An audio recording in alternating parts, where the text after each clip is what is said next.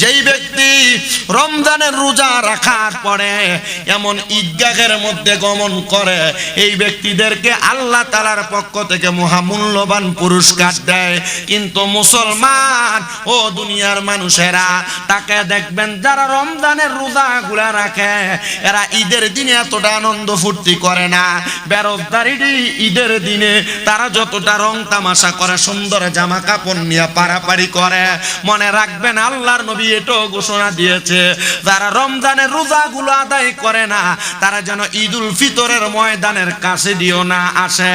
ঈদের নামাজ যারা আদায় করবেন, আপনাদের কাছে আমার করজোড়ে আবদার থাকবে, ঈদের নামাজ আদায় করার পূর্ব মুহূর্তে আপনারা সদকাতুল ফিতর আদায় করে দিবেন। আর ঈদের নামাজ আদায় করার জন্য আপনারা যারা ঈদগাহে রওনা হবেন, ঈদুল ফিতরের নামাজ আদায় করার পূর্বে বাড়ি থেকে যাওয়ার পূর্বে কিছু খাবার আপনারা খেয়ে নিবেন।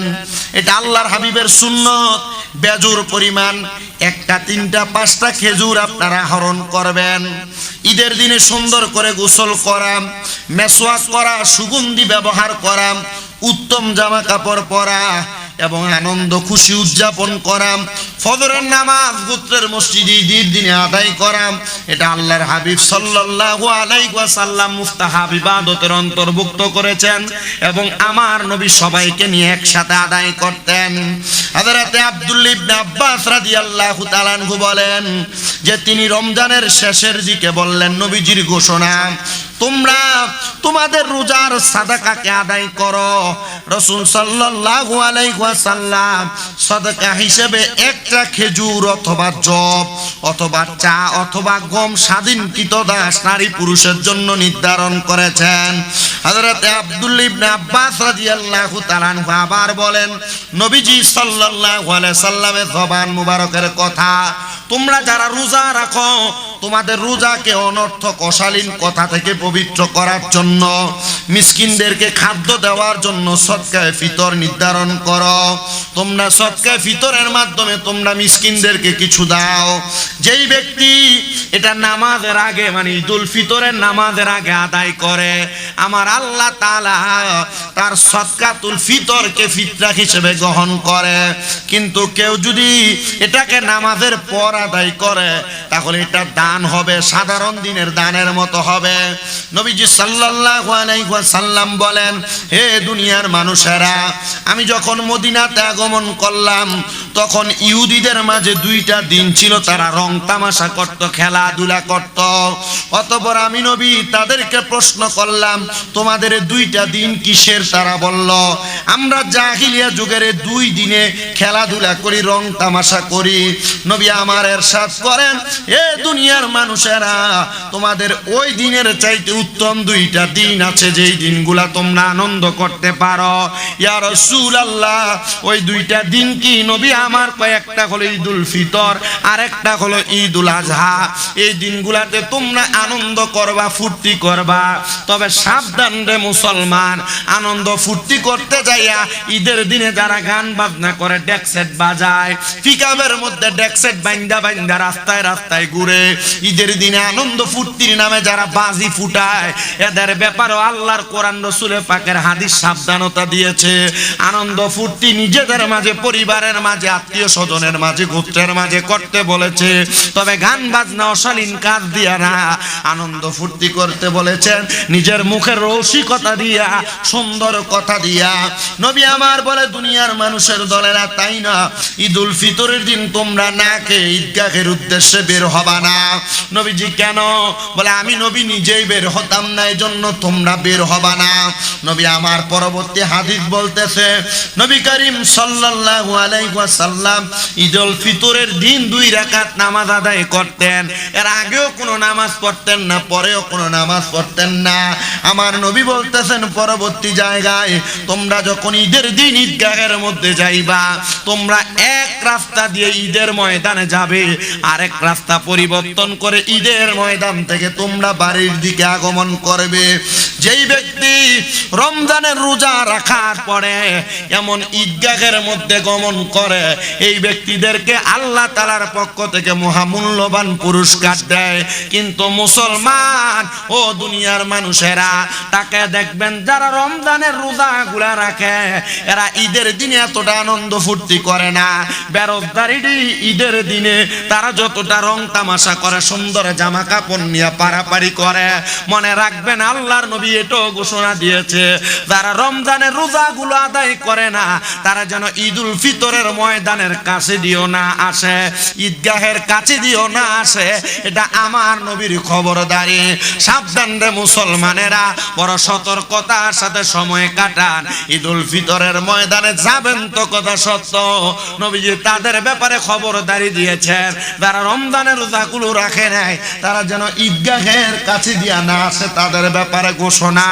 ও মুসলমান, আল্লাহর নবী রাহমাতুল লিল আলামিন নবীজি পরবর্তী জায়গায় আরো কিছু ঘোষণা করেছেন ঈদুল ফিতরের ব্যাপারে এবং পরবর্তী সময়ের ব্যাপারে। নবী আমার বলতেছে, দুনিয়ার মানুষ শুনে নাও তোমাদের জন্য ঘোষণা। ক্বালা মান সামা রমাদানা সুম্মা আতবাহু সিত্তা মিন শাওয়ালি কানা কাসিয়ামিদ দাহরি। আমার নবী বলেন, হে দুনিয়ার মানুষ, যেই ব্যক্তি রমজানের রোজা রাখার পরে শাওয়াল মাসে 6টা রোজা রাখবে, আমার আল্লাহ তাআলা পুরা 1 বছর রোজা রাখার সওয়াব দান করে দিবে। মুসলমানেরা, আমরা যেটাকে 6 রোজা হিসেবে জানি, এই 6 রোজার কথাই আল্লাহ তাআলা নবীর হাদিস শরীফের মাধ্যমে মুসলিম শরীফের প্রথম খণ্ড 369 নাম্বার পৃষ্ঠার 1164 নাম্বার হাদিসে বলে, রমজান মাসের রোজাগুলো যারা রাখবে, রাখার পরে ঈদের দিন ব্যতীত এরপরে শাওয়াল মাসে 6টা রোজা যেই ব্যক্তি রাখবে, ওই ব্যক্তিকে পুরা 1 বছর রোজা রাখার সওয়াব তার আমল নামায় দিয়ে দিবে। বাড়ি ঘরে যে মা বোনেরা আছেন, আপনারা যারা বারান্দায় মসজিদে শুনছেন, দোতলায় যারা শুনছেন, রাস্তাঘাটে যারা শুনছেন, আপনাদের কাছে আবেদন, এই 30টা রোজা যারা রাখতেছেন, আপনারা মাহে রমজানের পরবর্তী যেই মাস শাওয়াল মাসে 6 রোজা রাখবেন। এই 6 রোজা রাখলে পুরা 1 বছর রোজা রাখার সওয়াব পাওয়া যায়। আর জোরে পড়ি সুবহানাল্লাহ। রাইখা দিবেন একসাথে, আল্লাহ তাআলা রাখার তৌফিক দান করুন, আমিন পড়েন। নবী আমার শুধু এই কথা বলেন নাই, আমার নবী বলতেছেন, দুনিয়ার মানুষ শুনে নাও তোমরা, মান সামা ইয়াওমান ফি সাবিলিল্লাহি বাদাল্লাহি ওয়াজহাহু আনিন নারি 70 খরিফা। যেই ব্যক্তি আল্লাহর সন্তুষ্টিতে একদিন রোজা রাখবে, আল্লাহ তার মুখমণ্ডলকে জাহান্নাম থেকে 70 বছর দূরে রাখবে, 70 বছরের পথ দূরে রাখবে। আল্লাহ সন্তুষ্টির জন্য কেউ একটা রোজা রাখলে 70 বছর দূরে থাকবেন জাহান্নাম থেকে। নবী আমার শুধু তাই বলেন নাই, আমার নবী বলে, দুনিয়ার মানুষ শোনো, দুনিয়ার মানুষের জনেরা, ইযা সুমতা মিনাশ শাহরি সালাসাতা আইয়ামি ফাসুম সালাসা আশারাতা ওয়া আরবা'a আশারাতা ওয়া খামসা আশারাতা। হে আবু যর, নবীজি আবু যর গিফারী রাদিয়াল্লাহু তাআলা আনহু কে বলেছেন, যদি তুমি মাসে 3 দিন রোজা রাখতে চাও তাহলে তোমার জন্য একটা বরকতওয়ালা দিন আছে, 3টা দিন। নবীজি কোন দিন? বলে প্রত্যেক আরবি মাসের 3 দিনের মধ্যে 1 নাম্বার 13 তারিখ, 14 তারিখ, 15 তারিখ, এই 3 দিন যদি রোজা রাখো তাহলে আমার আল্লাহ তাআলা তোমাকে উত্তম বান্দা হিসেবে গ্রহণ করবে। আর এই রোজাগুলোর নাম হলো আইয়ামে বীজের রোজা। এই রোজাগুলো যারা রাখবে তাদের জন্য অসংখ্য রহমত, অসংখ্য বরকত আমার আল্লাহ তাআলা দান করে দিবে।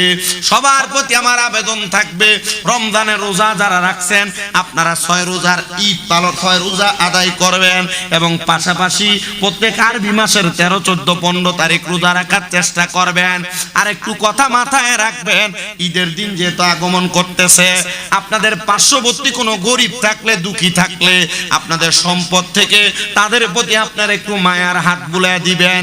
যেন আল্লাহ তাআলা আপনার মায়ার হাতের বসিলায় আপনার বংশের কবর আযাবগুলো মাফ করে দেয়। অনেক মানুষ কবরে আছে, এরা জীবনের গুনাহগুলা মাফের জন্য হাউমাউ করে কাঁদতেছে, কারণ রমজান মাসে আল্লাহ তাআলা সব কবরবাসীর কবর আযাব মাফ করে রাখছে।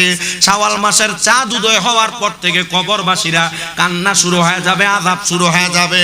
আমরা দোয়া করব, আল্লাহ আজকের দিন থেকে আপনার কাছে ফরিয়াদ, আমরা ঈদের আনন্দ মনে ধারণ করতেছি, কিন্তু কবরবাসীরা কান্না করতেছে। আল্লাহ আপনি রমজান মাসে তাদের কবর আযাব যেমনে মাফ রাখছেন, সারা বছরের জন্য তাদের কবর আযাব মাফ রাইখা তাদেরকে আপনি জান্নাতীদের কাতারে রাইখা দিয়েন। মুসলমান, আপনার ফেতরা কম টাকা আসবে, কিন্তু আপনার টাকা পয়সা সম্পদ বেশি আছে, দান করার সুযোগ কইমা যাইতেছে। আর 3টা দিন 2টা দিন সামনে আমাদের আছে, এখন দান করলে আপনি অন্য দিন 1 টাকা 2 টাকা দান করবেন, আর এখন যদি দান করেন, ফিতরা দেন, সাদকা আদায় করেন, তাহলে আল্লাহ তাআলা 70 থেকে 700 গুণ সওয়াব দিবে।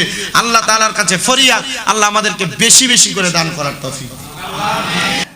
ভিক্ষা দিত না, না ফাটতে দেয় আরি, ভিক্ষা দিত না, না ফাটতে দেয় আরি। তো আমি চিন্তা, আমার ওই একটা হাদিস মনে হয়ে গেছে যে আল্লাহ তাআলা 3 ব্যক্তির দিকে ফিরে তাকাইতো না, এর ভিতরে একটা হইলো অহংকারী ফকির। মনে আছে এই কথাটা, একটা হাদিস কইছিলাম, এর মধ্যে একটা হইলো অহংকারী ফকির। পরে চিন্তা করলাম এটা অহংকারী ফকির। ঈদের সময় বাংলাদেশে সিজনালি ফকির বাইরে যায়, ঈদের সময় বাংলাদেশে সিজনালি ফকির বাড়ে, সবে বরাতের রাইতে, সবে কদরের রাইতে বাংলাদেশে সিজনালি ফকির বাড়ে। আল্লাহর কসম, এই বাঙালি উন্নতি সাধন করতে পারবে না। কেন পারবে না? কারণ এই যারা মক্কা মদিনায় গেছেন, মক্কা মদিনায় একটা ফকির নাই, মক্কায় মদিনায় একটা ফকির নাই যে আপনি 10 টাকা দান করবেন, একটা দান বাক্স নাই। আমরা মসজিদে একটা ফ্যান লাগে, ফ্লাকা লাগলে, একটা জায়নামাজ লাগলে, কিছু লাগলে ধূপ করে কালেকশন করা লাগে, কিন্তু ওই মক্কা আর মদিনায় একটা দান করার মতো দান বক্স নাই, একটা ফকির নাই আপনি যে ভিক্ষা দিবেন। আমার বাংলাদেশের মানুষ, এদের নিজের মন মানসিকতা ছোট হওয়ার কারণে চাইলে সাবলীল।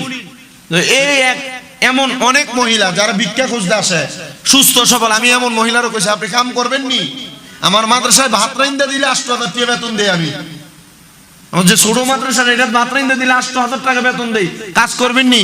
এবার কয় বাড়িতে ছোট ছোট 2টা মাই আছে, এভাবে উত্তর দেয়। বাড়িতে একবারে ডাঙ্গর ডাঙ্গর মাই আছে, কাম করলে এটিরে কেমনে ফরা দিব?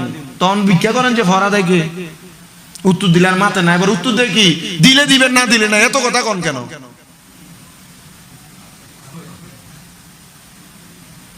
এজন্য ফিতরা দাঁড়ে দিবেন, সদকা দাঁড়ে দিবেন, দানের টাকা দাঁড়ে দিবেন, যাকাতের টাকা দাঁড়ে দিবেন, জাকাত খাওয়ার উপযুক্ত কিনা দেখা দিয়েন। আর হাত আছে, পাও আছে, আর অভ্যাস হয়ে গেছে গুজ্জা খাওয়া, অভ্যাস হয়ে গেছে গুজ্জা খাওয়া, এর দিয়েন না।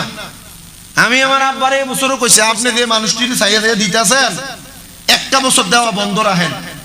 এর চলার জন্য হাত আছে, এর পাও আছে, এরা বাপপুত 3জন 4জন কামাই করতে পারে, এটির কাছে কেন টাকা পয়সা দেন আপনি?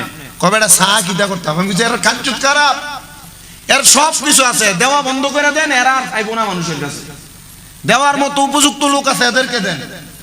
কথা কন না কেন? ঠিক আছে না? দেওয়ার মতো উপযুক্ত লোক দেখে দেখে দিবেন। আপনাদের কাছে আবেদন এতটুক থাকবে, কারণ এই সদকাতুল ফিতরের হক যিনি পাওয়ার, তার যদি না দেন, এটা আপনার আদায় হবে না। আপনি মনে করছেন আমার দায়িত্ব ছিল দিয়ে লাইছি শেষ, জি না, এটা পাওয়ার উপযুক্ত ব্যক্তি পর্যন্ত পৌঁছানোর আগ পর্যন্ত আপনার আদায় হবে না। এজন্য উপযুক্ত ব্যক্তিকে দিবেন। সদকাতুল ফিতর আদায় করার তৌফিক আল্লাহ সবাইকে দান করুন। আমিন। আসতে কইছেন আপনারা, জোরে কোন আমিন। সবাই দরুদ শরীফ পড়েন। সালাতুনিয়া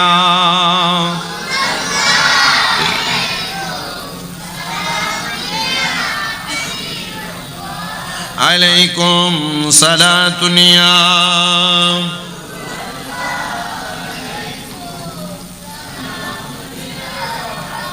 इश्क महबूब खुदा जिसे दिल में हासिल नहीं, लाखों मोमिन हो मगर ईमान में कामिल नहीं। सलातुनिया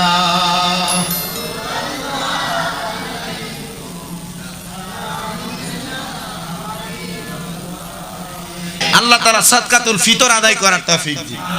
আল্লাহ তাআলা ঈদুল ফিতরের সব নিয়ামত আমাদেরকে দান করুন। আল্লাহ তাআলা আমাদেরকে মাহে রমজানের পরবর্তী শাওয়াল মাসের 6 রোজা রাখার তৌফিক দান করুন। ওয়া আখির দাওয়ানা আলহামদুলিল্লাহি রাব্বিল আলামিন।